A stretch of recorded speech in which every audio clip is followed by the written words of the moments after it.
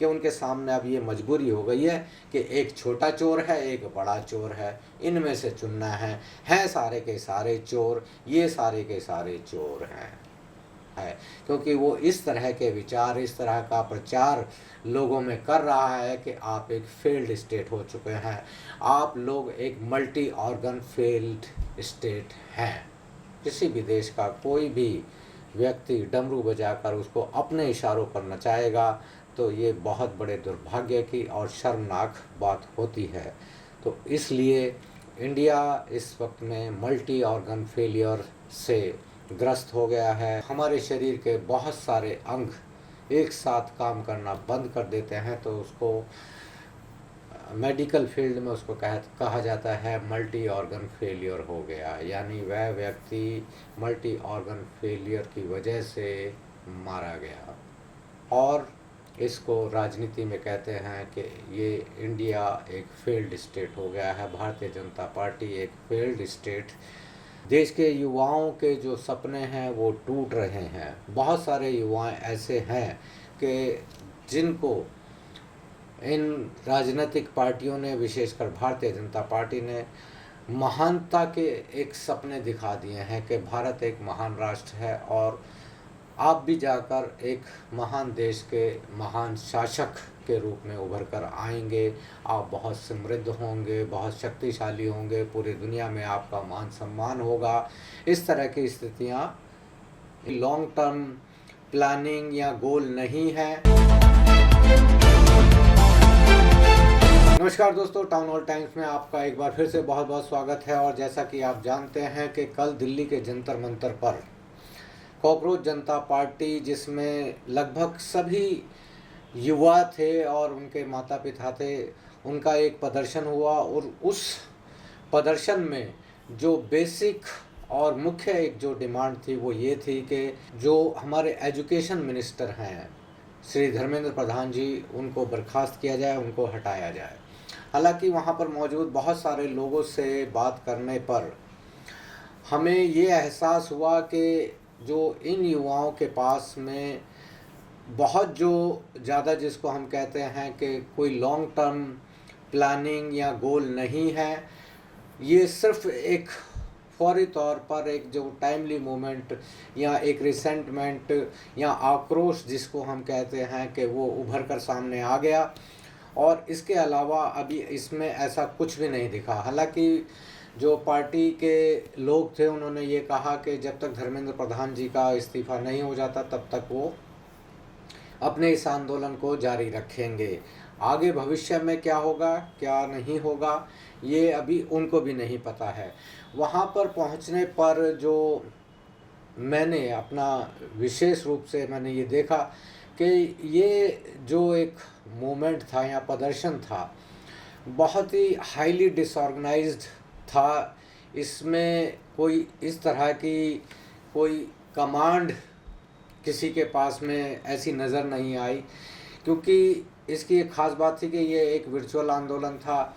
Reel के ज़रिए, social media की पोस्ट के ज़रिए ये आंदोलन अचानक खड़ा हो गया और किसी को, शायद जिस व्यक्ति ने, अभिजीत दिपके ने इसके ऊपर विरोध जारी किया या जो ये पार्टी बना डाली, उसको भी शायद इस बात का एहसास नहीं होगा कि जितने कांग्रेस या भारतीय जनता पार्टी के मिलाकर सोशल मीडिया पर फॉलोअर नहीं है, उतने से ज़्यादा इनके फॉलोअर बन गए। और शायद यही एक वजह थी कि जिसने इन्हें भी मजबूर कर दिया कि ये कोई कदम ऐसा उठा लें, कोई राजनीतिक रूप से या ज़मीन पर आकर ऐसा कोई कदम उठा लें कि ये लोग या देश के लोग कुछ इनको मानने लगें या इनको मान्यता दे दें। इस आंदोलन में हमने एक बात और देखी, जो हमारी काफ़ी लोगों से बातचीत हुई और उस बातचीत में ये सामने आया कि इसके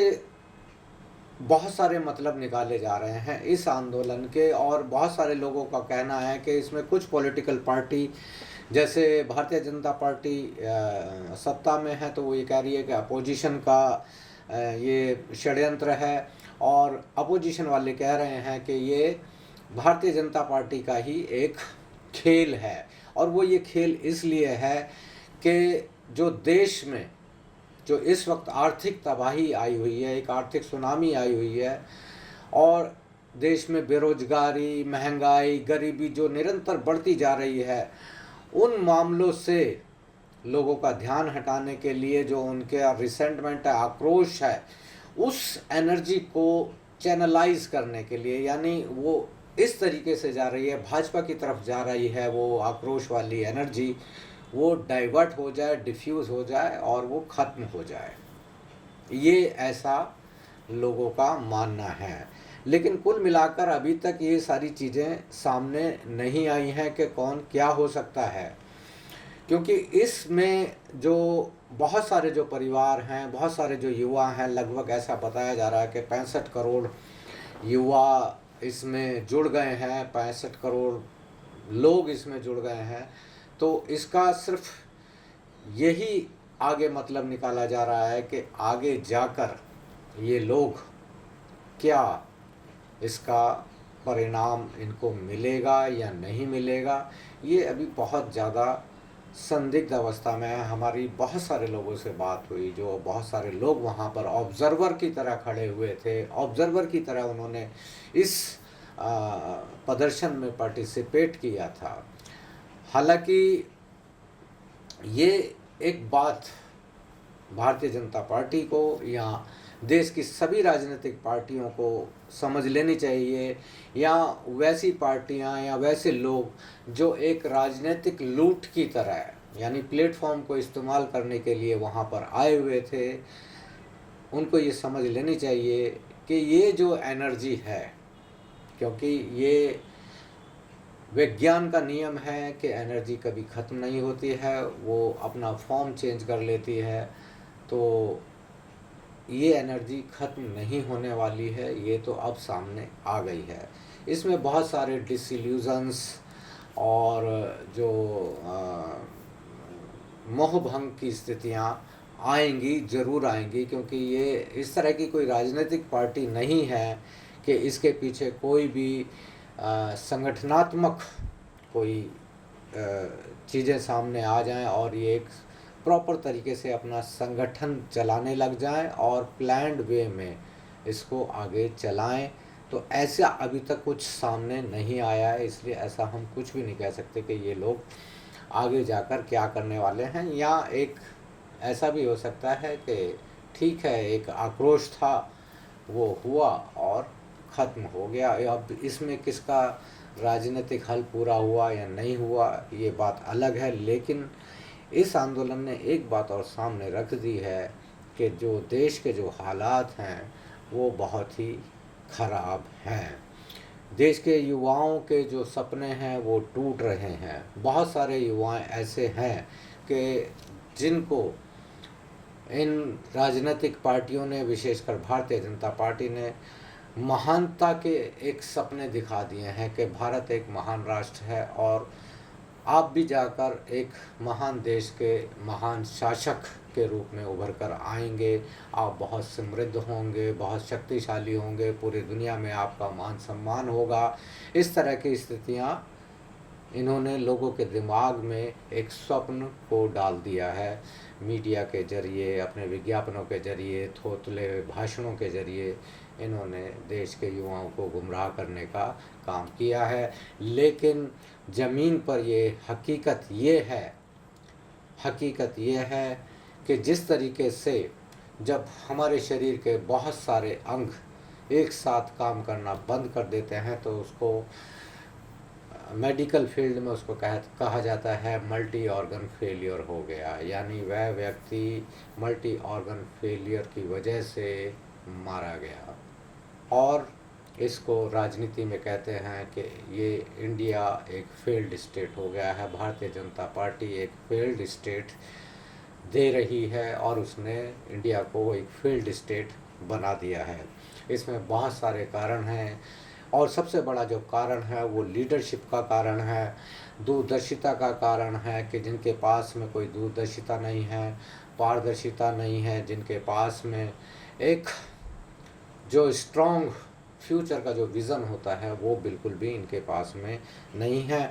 और सबसे बड़ी बात यह है कि जो निर्णय लेने की क्षमता, यानी ये लोग बहुत ही स्पाइनलेस रीढ़-विहीन लोग हैं कि जो जहाँ जैसा डमरू बजाता है मोदी जी वैसा ही नाचने लग जाते हैं। ऐसा बिल्कुल नहीं होना चाहिए किसी भी एक सॉवरेन स्टेट के अंदर, जिसमें हमारा खुद का संविधान है, हमारे पास में खुद की हमारी संप्रभुता है। और अगर ऐसे देश के किसी प्रधान को या प्रधानमंत्री को, राष्ट्रपति को, किसी भी देश का कोई भी व्यक्ति डमरू बजाकर उसको अपने इशारों पर नचाएगा, तो ये बहुत बड़े दुर्भाग्य की और शर्मनाक बात होती है। तो इसलिए इंडिया इस वक्त में मल्टी ऑर्गन फेलियर से ग्रस्त हो गया है।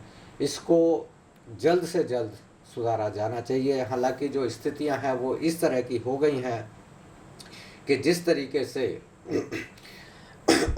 हालांकि जिस तरीके से हमारे विपक्ष के नेता श्री राहुल गांधी जी ने भी कहा था कि भारत को बहुत पहले से कदम उठाने चाहिए, और वो लगातार आगाह करते जा रहे थे कि नहीं, ये सब ठीक नहीं हो रहा है, प्रधानमंत्री जी को कदम उठाना चाहिए। लेकिन प्रधानमंत्री जी हमारे इलेक्शन में बिजी थे, उन्हें इस बात का कोई भी या तो इल्म नहीं था या उन्हें कोई परवाह नहीं थी कि वो देश में क्या होने जा रहा है। और यही कारण है कि आज जो महंगाई है वो लगातार बढ़ती जा रही है। इस महंगाई के बढ़ने से लोगों में जो परचेजिंग पावर है वो बहुत कम होती जा रही है। और परचेजिंग पावर इसलिए कम हो रही है कि रोज़गार के साधन खत्म हो रहे हैं, नौकरियां ख़त्म हो रही हैं, कमाई के इतने साधन नहीं हैं। तो परचेजिंग पावर ख़त्म हो गई। परचेजिंग पावर ख़त्म होने के बाद में मार्केट में एक व्यापक इकोनॉमिक डिप्रेशन आ जाता है, जिसकी वजह से बाज़ार में एकदम सुनामी आ जाती है। जब कंपनियों का माल नहीं बिकेगा तो वो कंपनियां कहाँ जाएगी। उसके अलावा लगातार ट्रंप किस तरीके से टैरिफ लगाने की धमकी और किस तरीके से भारत को अपमानित करता है, विशेष करके प्रधानमंत्री नरेंद्र मोदी जी के नाम पर वो अपमानित करता है भारत को, ये बहुत ही दुर्भाग्य की और बहुत ही शर्मनाक बात है। और हमारे विदेश मंत्री श्री जयशंकर प्रसाद जी, अभी मैंने उनका एक वीडियो देखा था कि वो किस तरीके से, जिस तरीके से माँ बाप से बच्चे शिकायत करते हैं कि देखिए जी, आपके यहाँ कविजीत दिप नाम का लड़का है जो हमारे देश में एक मूवमेंट चला रहा है, हमारे देश के खिलाफ मूवमेंट चला रहा है, ये प्लीज़ आप इसको रुकवा लीजिए। इस तरह की वो दरख्वास्त करता नज़र आया। ये बड़ी शर्मनाक बात थी अपने आप में। आपके देश का नागरिक है तो आप इस बात को देखें कि आपको क्या करना है। अगर आपको लगता है कि वह व्यक्ति देश के लिए खतरा पैदा हो सकता है तो उसको तुरंत गिरफ्तार किया जाना चाहिए, तार्किक रूप से गिरफ्तार किया जाना चाहिए। और नहीं तो ऐसा आप बिल्कुल नहीं कर सकते कि उन नागरिक अधिकारों का हनन करने लग जाएं सिर्फ इस बात के लिए कि आपको लग रहा है कि ये देश की सुरक्षा के लिए खतरा है। दरअसल वो देश की सुरक्षा के लिए खतरा नहीं है, वो आपकी गद्दी के लिए खतरा है, क्योंकि वो इस तरह के विचार, इस तरह का प्रचार लोगों में कर रहा है कि आप एक फेल्ड स्टेट हो चुके हैं, आप लोग एक मल्टी ऑर्गन फेल्ड स्टेट हैं। इसीलिए ये किसी भी कदम पर, किसी भी तरीके से, इसलिए मेरा ये मानना है कि आज भी वक्त है, अभी इतनी देर नहीं हुई है। ऐसे हमारे बहुत सारे जो आर्थिक सलाहकार हैं प्रधानमंत्री की परिषद में, जो ये कहते हैं कि डॉलर अगर 100 रुपये हो जाता है तो 100 इज़ जस्ट ए नंबर। ये भी एक अपने आप में शर्म की बात है कि यही लोग हुआ करते थे कि जब डॉलर का दाम बढ़ता था तो प्रधानमंत्री मनमोहन सिंह जी को एक गिरा हुआ प्रधानमंत्री कहते थे। उसमें ये बताते कि किस तरीके से कि रुपया गिरने से किस तरीके से देश की शाख गिरती है, किस तरीके से देश का मान सम्मान गिरता है, किस तरीके से देश में आर्थिक सुनामी आती है, किस तरीके से देश के लोगों पर आर्थिक बोझ बढ़ता है। वो ये सारे एक्सप्लेनेशन देते थे मनमोहन सिंह के समय में, और आज कहते हैं कि इट्स जस्ट ए नंबर। ये अपने आप में बड़ा ही दुर्भाग्य है कि जब इस वक्त देश सबसे बड़े क्राइसिस में चल रहा है और उस वक्त में आप सरकार को बचाने के लिए, आप सरकार की तरफदारी करने के लिए सिर्फ और सिर्फ तथ्यों को नज़रअंदाज कर रहे हैं। किसी भी तरीके के दार्शनिक तथ्यों को देखकर वैज्ञानिक तथ्यों को नहीं झुटलाया जा सकता। हम देख रहे हैं कि हमारे सामने एक सुनामी आ रही है, आर्थिक सुनामी आ रही है, और इसके अंदर जो सबसे बड़ा तबाह होने वाला जो ग्रुप होगा वो होगा हमारे देश के सबसे गरीब लोग, हमारे देश के मध्यम वर्गीय लोग होंगे। क्योंकि जो आपके लोग हैं उनको तो आप अमीर बनाते ही जा रहे हैं, चाहे पेड़ काटें, पहाड़ काटें, कुछ भी हो जाए, आपको तो इस बात की फ़िक्र ही नहीं है, सरकार को तो इस बात की फ़िक्र ही नहीं है कि वो लोग क्या करेंगे क्या नहीं करेंगे। लेकिन बस आपको तो उनकी पूजा करनी है, उनकी चरण वंदना करनी है। ये ऐसे देश नहीं चलेगा।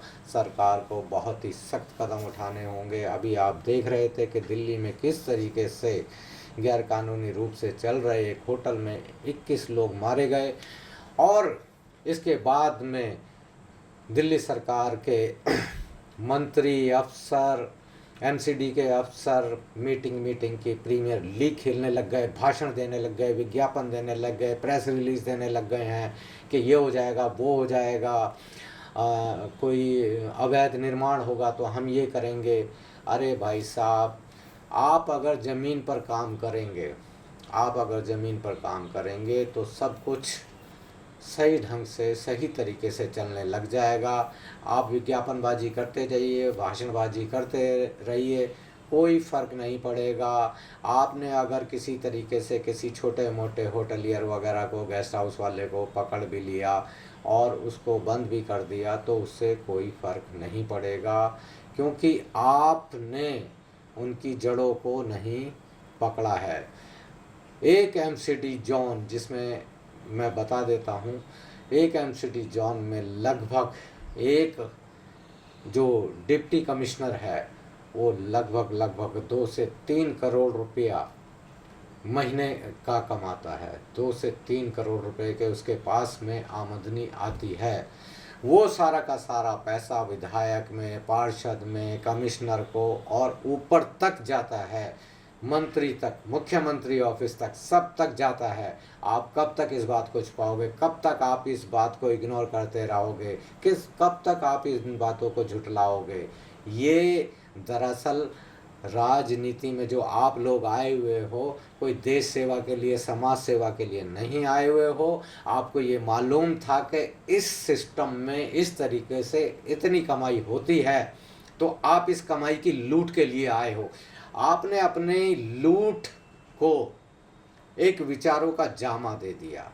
आपने लोगों को भड़काया, लोगों को मूर्ख बनाया, उनको देशभक्ति के नाम पर, उनको धर्म के नाम पर, उनको जाति के नाम पर मूर्ख बनाया, और आप सत्ता पर काबिज हो गए। और अब जब आपके पास में कोई आम आदमी जाता है तो आप महाराजा की तरह ट्रीट करते हैं कि भाई हम महाराजा हैं। वो जब जाएगा, जिसके दरवाजे पर आप जाते थे, उसके पांव छूते थे, उसे गले लगाते थे, आज वही व्यक्ति जब आपके दरवाजे पर जाता है तो आप उसकी तलाशी लेते हैं, उसको मिलने का टाइम नहीं देते हैं। तो आप ये सोच लीजिए कि आप ये ना समझें कि आपकी इन जो षड्यंत्रों को कोई पहचानता नहीं, पहचानते सब हैं। हो सकता है कि लोगों को अभी विकल्प नहीं मिल रहा है, क्योंकि जितना भी जो भी विकल्प सामने आया वो भी बहुत ज़्यादा कोई अच्छा नहीं था। क्यों? और अब लोग इस तरीके से फंस चुके हैं इस देश में कि उनके सामने अब ये मजबूरी हो गई है कि एक छोटा चोर है, एक बड़ा चोर है, इनमें से चुनना है सारे के सारे चोर, ये सारे के सारे चोर हैं। दोस्तों, मैं आपको एक बात बता देता हूँ, आपसे सिर्फ एक सवाल पूछता हूँ। आप ये मानकर चलिए कि एक संसदीय क्षेत्र में मान लीजिए आपको स्कूल, कॉलेज, यूनिवर्सिटी, बिजली, पानी, सड़क, अस्पताल, डिस्पेंसरी, ये सब बनाना है। तो आपको कितना समय लगेगा? पैसा तो आपके पास में है ही, कितना समय लगेगा इनको सबको बनाने में? तो जो सबसे समझदार व्यक्ति होगा वो कहेगा 5 से 10 साल के बीच में कर देंगे इसको, और जो बहुत ही जिसको समझ में भी नहीं आएगा वो भी कहेगा से 20-25 सालों में ये सब हो जाएगा। लेकिन आज भी इस देश में ये सब नहीं है। आधे से ज़्यादा देश अंधेरे में डूबा रहता है। आधे से ज़्यादा बच्चे, अभी अगर आप स्कूलों का डेटा निकाल लीजिए, इस सरकार ने लगभग 1 लाख के करीब स्कूल बंद कर दिए हैं। प्राइवेट कॉलेजेस, प्राइवेट यूनिवर्सिटीज़ को ये इंट्रोड्यूस कर रहे हैं। अरे गरीब बच्चा कहाँ से लाएगा? आप अस्पताल नहीं बना रहे हैं, आप डॉक्टर्स नहीं ला रहे हैं, आप नर्सेज नहीं ला रहे हैं, उनकी जगह आप कॉन्ट्रैक्ट वाले ला रहे हैं, प्राइवेट हॉस्पिटल ला रहे हैं, और देश को मूर्ख बनाते हुए कह रहे हैं कि हम आपको बीमा दे रहे हैं, 5 लाख का बीमा दे रहे हैं, 10 लाख का बीमा दे रहे हैं। अरे क्या सरकार ने कोई बीमा कंपनी चला रखी है, या सरकार का काम बीमा देना है क्या? सरकार का काम है कि वो अस्पताल बनाए, वो डिस्पेंसरी बनाए, वो हॉस्पिटल बनाए, वहाँ पर डॉक्टर्स लाए, नर्स लाए, बेड लाए, जितने भी उपकरण चाहिए वो सब लाए, और तब जाकर एक आदमी के मन में संतोष होगा कि जब मुझे कुछ होगा तो मैं हॉस्पिटल जाऊँगा, वहाँ मेरा इलाज हो जाएगा और मैं ठीक हो जाऊँगा। लेकिन आज स्थिति सरकारी हॉस्पिटल्स की ये है कि आप किसी भी सरकारी हॉस्पिटल में जाइए इलाज कराने के लिए, किसी भी गंभीर बीमारी को लेकर, तो अगर आप वहाँ से जिंदा वापस आ गए तो इसमें ये मानकर चलिए कि डॉक्टर्स का और वहाँ के स्टाफ का या किसी का भी कोई योगदान नहीं है। ये आपकी अपनी किस्मत है। वो सारे लोग तो आपको मारने में, आपकी बॉडी के ऊपर एक्सपेरिमेंट करने में व्यस्त थे। बस आप बच गए तो ये आपकी किस्मत है, आपको भगवान ले आया वापस। इस तरह की स्थिति हमारे देश में हो गई है। और अगर ऐसी स्थितियों को देखते हुए किसी भी तरह की कोई भी पार्टी, कोई भी कॉकरोच पार्टी, कोई भी मगरमच्छ पार्टी आ भी जाती है तो लोग उनके साथ में आएंगे ही, लोग उनके पास में जाएंगे ही, लोग उनके सामने अपना दुख दर्द दुखड़ा सुनाएंगे ही। तो इसलिए ये सरकार को सोचना है कि ये सरकार ईमानदारी से काम करे, विज्ञापनबाजी, रीलबाजी को छोड़कर ज़मीन पर, धरातल पर उन चीज़ों को करके दिखाए, लोगों को शिक्षा प्रॉपर मिले, उनको रोज़गार मिले, उनको स्वास्थ्य की सेवाएं मिलें। और अगर नहीं है तो भैया छोड़ दो, ये देशभक्ति, पाकिस्तान, हिंदू मुस्लिम, इन चक्करों में मत फंसाओ लोगों को। क्योंकि अगर आप ये समझते हो आप इसी देश के नागरिक हो तो इस देश पर रहम करो, इस देश पर रहम करो, बख्श दो भाई। इस देश के लोगों ने आपका कुछ भी नहीं बिगाड़ा है, कुछ भी नहीं बिगाड़ा है यार। आप माफ़ कर दो इस देश के लोगों को, और जहाँ से आए हो वहीं चले जाओ। बस मेरा तो इतना ही कहना है, बाकी आगे आता। धन्यवाद।